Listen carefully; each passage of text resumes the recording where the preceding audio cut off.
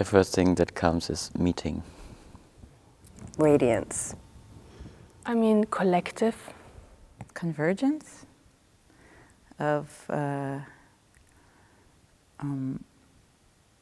different artistic disciplines and bodies and material and light and sound and audience. And like I really have the sense of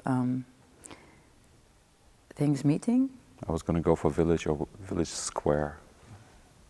Light, but not in the sense of lightness, but like light and shadow.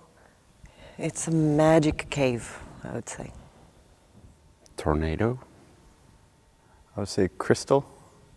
Between or interlude or some, I mean, which refers to the structure, but also to the way we deal with material. I mean, there's so much in it. There's so much energy in it. It keeps on moving and circulating. We were speaking about light and shadow. Even the lighting designer was there, and I feel like it's all the time reflecting that source of light with objects and movements, and keep that light kind of lighting in different densities until the end. It was winter when we played together to create it. And the first movement, collective movement that happened was a pile of bodies, because we were cold and we're mammals and we resonate with touch with each other. And so we got into the habit of calling this collision gathering and, you know, of bodies, of animal bodies, a cave.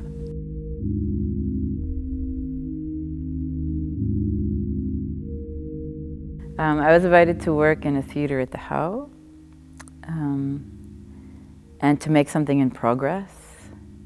I didn't feel the pressure to create a new work. There was even the chance to kind of open the doors and have the audience come in and just show something in process or in progress. I thought, well, perhaps it's going to be an improvisation or, I don't know, just a meeting. And actually I didn't have a title, so I called it Sketches Notebook, which at first felt like a default title. But then actually when I really got into those words, I found it really exciting to think about those two words. Like, what would it be to have a collective notebook of a process and to have that exposed and shared with an audience? And what is a sketch in itself?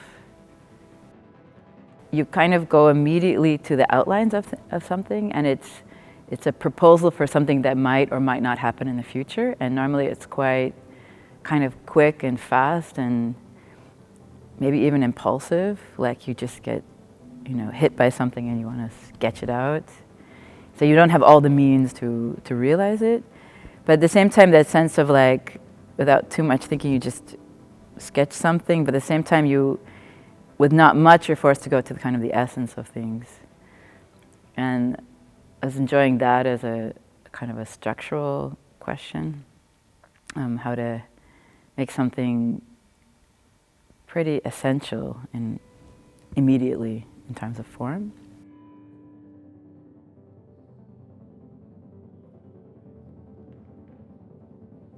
I feel very comfortable working with, not only with dancers, but with scenographers and costume designers. Like, I love the process and I love the dialogue. And I feel in this particular project, this gets to be exposed.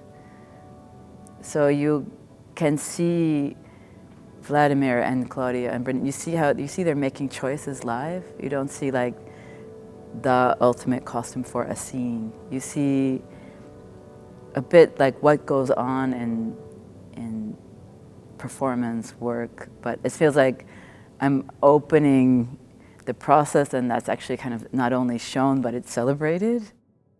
we're unattached to these disciplines staying separated, this sort of non-disciplinary approach to working. It's certainly a choreographic activity that's at stake, it's certainly performative, but there's so much blurring, we're not worried about those definitions. And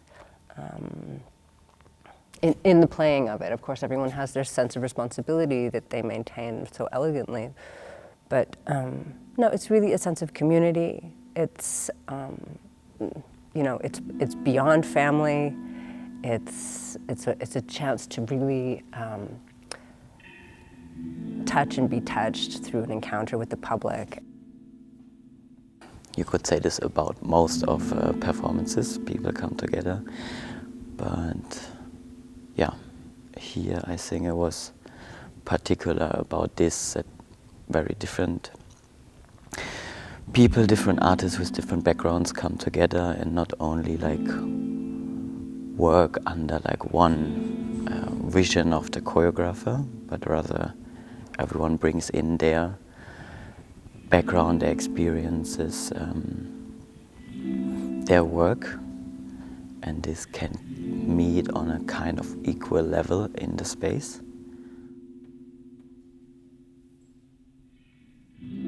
What surprises me that it doesn't seem ultimately like a series of fragments. It actually has a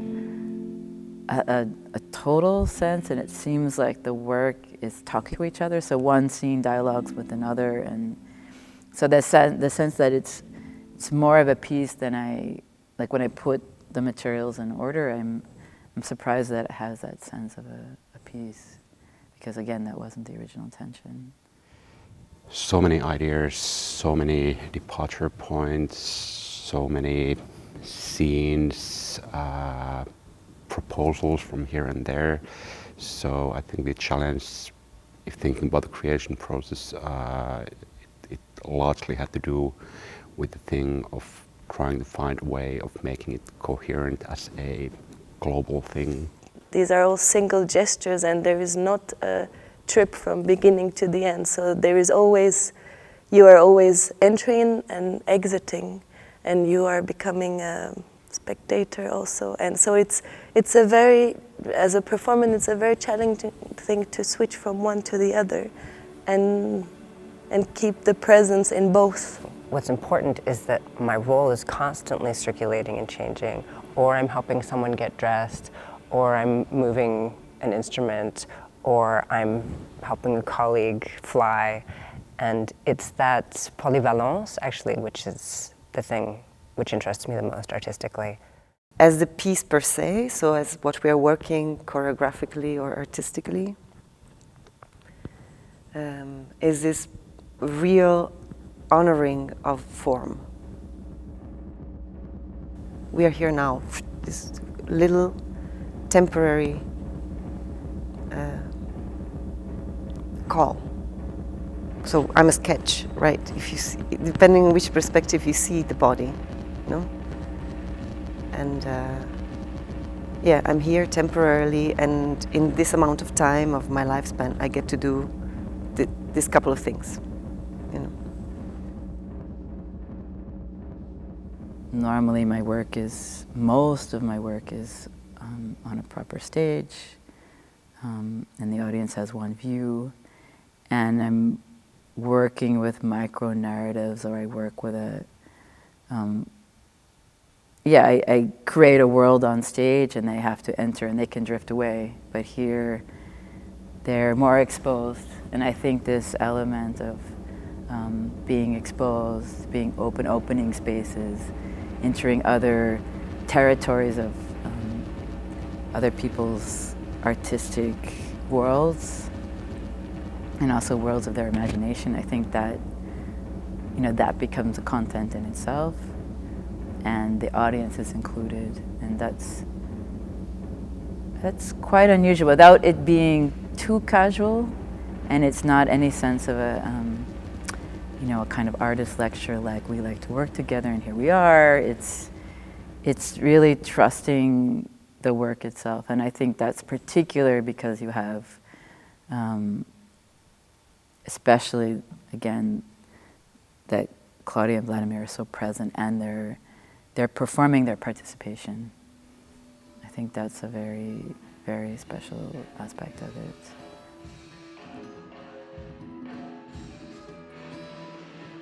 At a certain point, we kind of carved away from improvisation. And of course, they're improvised moments. I mean, you know, I specifically haven't improvised solo, but it stays pretty rational. And I think that's the beauty of when you see a musician work with his drums or his guitar, or you see Vladimir like molding the form and, always seeing the potential of things. So again, the possibility of what things could be. So there's like this collective dream going on all the time.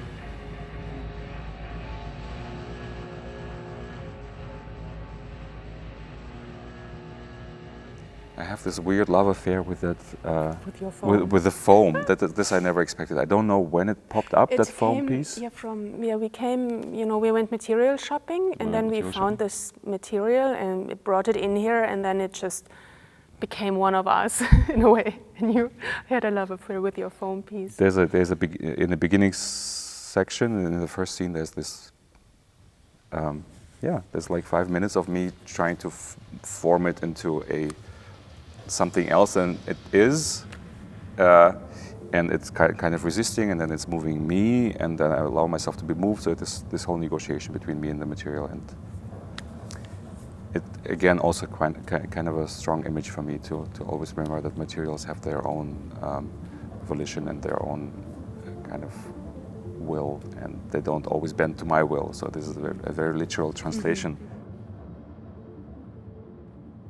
My inspiration for making the stage was a place of community, or a place that would somehow try to change the community that is already present in the theater, which is the audience and the performers, and to shift it somewhere where it can be more resembling some kind of a spontaneous meeting in the middle of I don't want to say small village, but like a spontaneous meeting, a circle of people. Something lived in, also something that has a culture. Mm-hmm.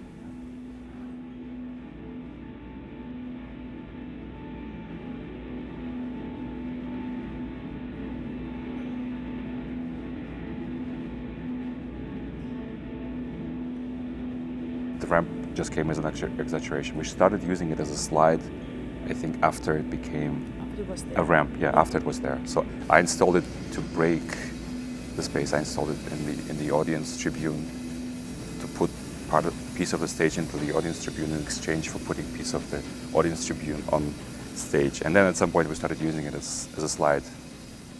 In the first version, there were people sitting on top of the slide in how.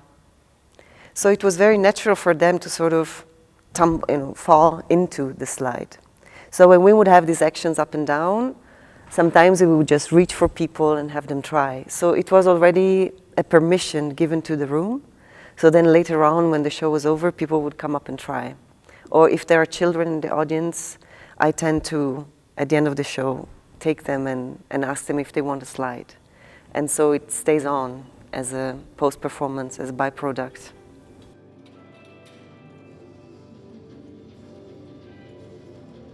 In the beginning of the process, where people were bringing more objects into space and just kind of bringing collections of things, and I just started bringing instruments and trying out different things, like different setups that I wasn't used to playing, and also just using instruments as kind of objects in the space and placing them in different areas and looking at them also as kind of installations and objects and things to kind of interact with or interface with.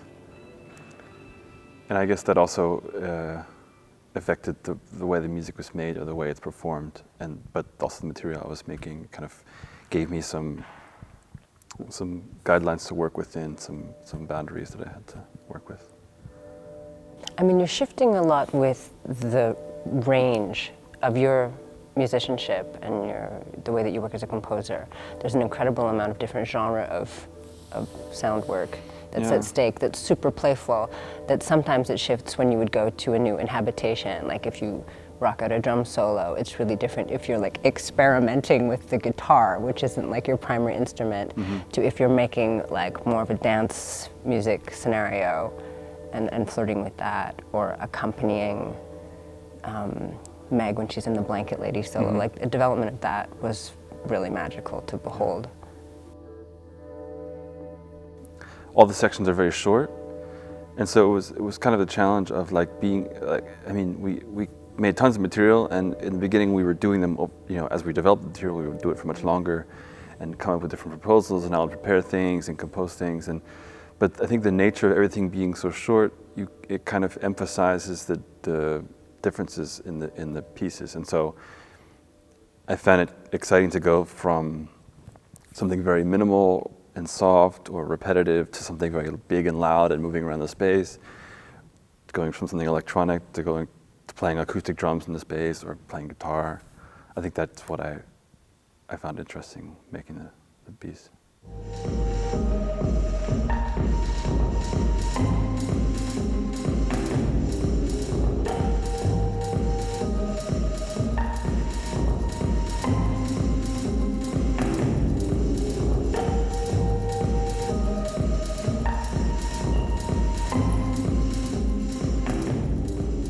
The initial dress-up scene really only came about, I think, the day before the dress rehearsal, because I just really needed everyone to go there, stand still, I take a picture so I remember what you're wearing.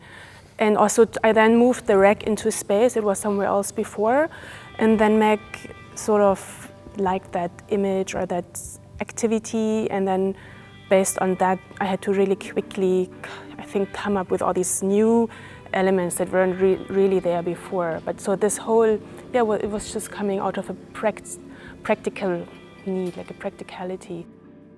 I mean, from my part, I know it happened when I stepped in to make adjustments, which is really something you're not supposed to be doing during a rehearsal process. Once the dancers are dancing, it's like a no-go area, like a protected sacred space, and you don't enter that. And I just kept doing that all the time because I felt like I need to do my job and I want to explore, and also we don't have so much time, so I use the time and the bodies as I have them in front of me. And that's really, I think in the beginning it was maybe disturbing, but then it was something that then was suggested we just make part of the performance. So instead of pretending there's a backstage area, which doesn't exist in this setting, we used the space as a working area, as a working studio, as a working space. We weren't performing, we weren't acting. I was just hanging up the clothes, and you were moving your objects and crossing stage instead of trying to find a way to sneak behind the audience where no one would see you. Yeah, I have a strong affinity with Claudia Hill, who's our designer for the costume materials, and and between the two of us, we really connected through the collections that she brought. And for me, I was able to relate to this in terms of creating a space for the body, which opens the potential for the way in which the body can appear.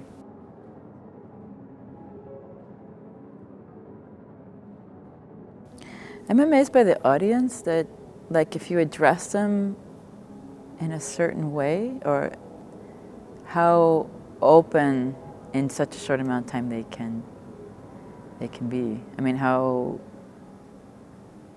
their willingness to meet you is greater than you can imagine. And if you assume that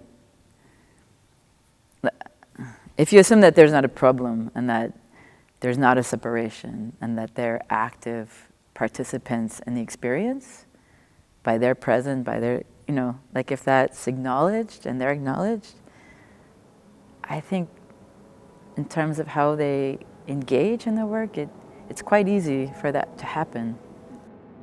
We didn't start at the beginning saying, okay, this work is going to be about like facing the audience, full eye contact, dressing them, somehow inviting them to experience the edges of participation.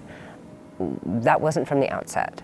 That came through sharing our practice with people and it building a kind of social warmth, and then it wrote itself in a way. And then we learned to take responsibility for that and to practice with it more.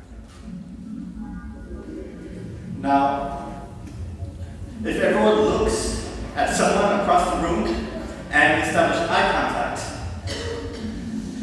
say hello, but not audibly. And even if you can't see them so well, know that the contact is there. And the glint of light in your eye catches the glint of light in theirs. When we were making the piece, I felt so lost and got so blocked.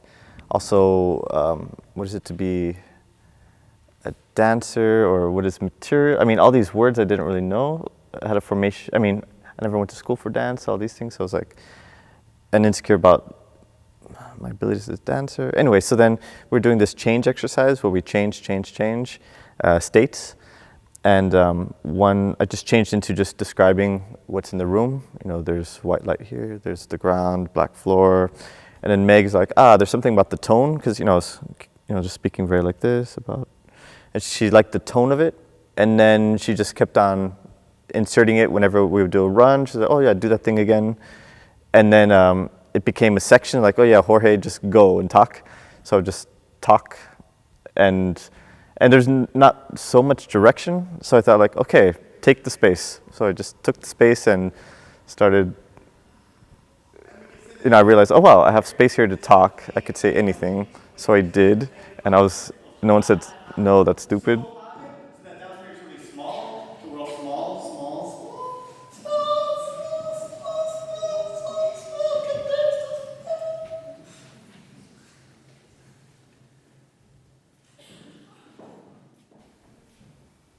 There's often like piles of bodies in my pieces. I think in all the pieces there's a moment where there's a desire for like everyone to merge, and like you don't know whose head or hand, or like I can name many works that there's a pile, and I think that becomes a metaphor of like this project living that we're in, like, so we have, Brendan put in his guitar, and then I put in the yoga mat, and then Mika put in the light, and then they put in the shiny and the plastic. But then you can also see, it's like how fragile and how messy and how complex and how intimate just to collaborate. We say that it's something we're doing all the time, and I think after 20 years, I feel like I kind of know something about collaboration. But you're really exposed, because you kind of say, well, I like this, and I could meet you here, and how far can you go with another person?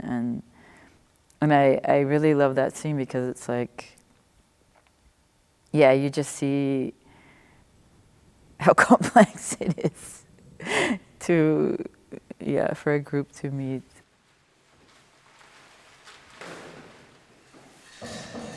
We are bodies, and we are people, and we have biographies, and it also always goes back to that this work is extremely social. So how do you deal with with your primal need of caring and retracting, and and also the primal need of socializing and being codependent?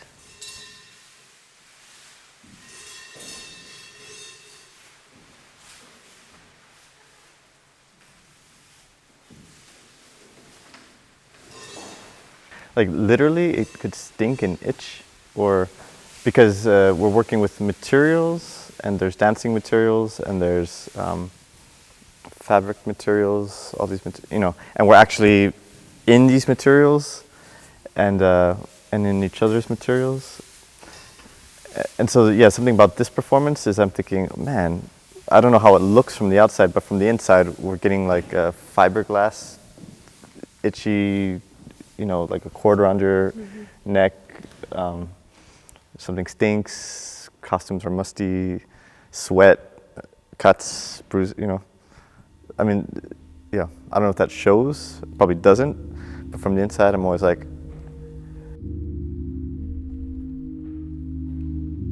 For now, our blindness is a boat. Our blindness is a boat. I'm really fascinated by the ability of technical and artificial things to reproduce kind of natural effects, or for reflection to look like a lake or like a tree in nature. I'm really fascinated between this border, but actually also connection between the technical and the natural, the way things behave by themselves.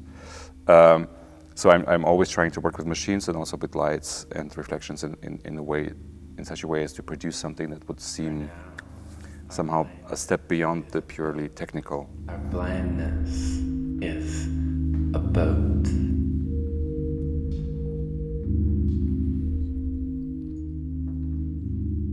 Some people say that they wish it wouldn't end. I mean, that they don't want it, they want it to continue.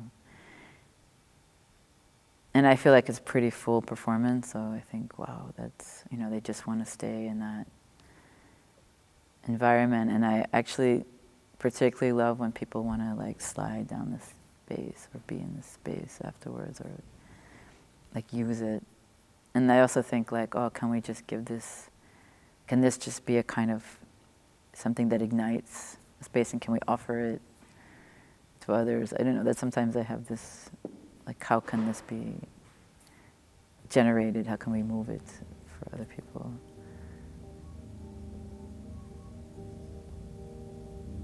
I'm impressed how positive the work is. I think it's pretty, I mean, if I think about where I started and mostly my work, I find it's pretty utopic, and it's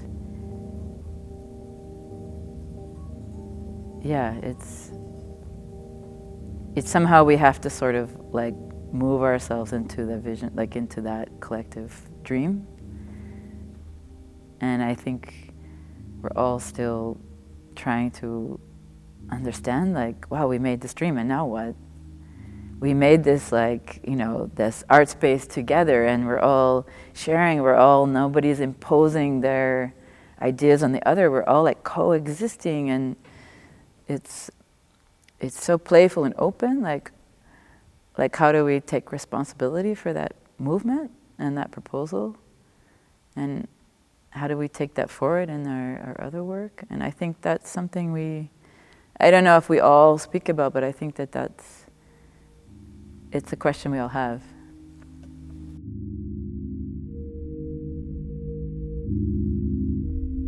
For now, there's a new rule. There's a new rule. For now, our blindness is a boat. Our blindness is a boat. And all that I will never know about you, will carry me on lightly.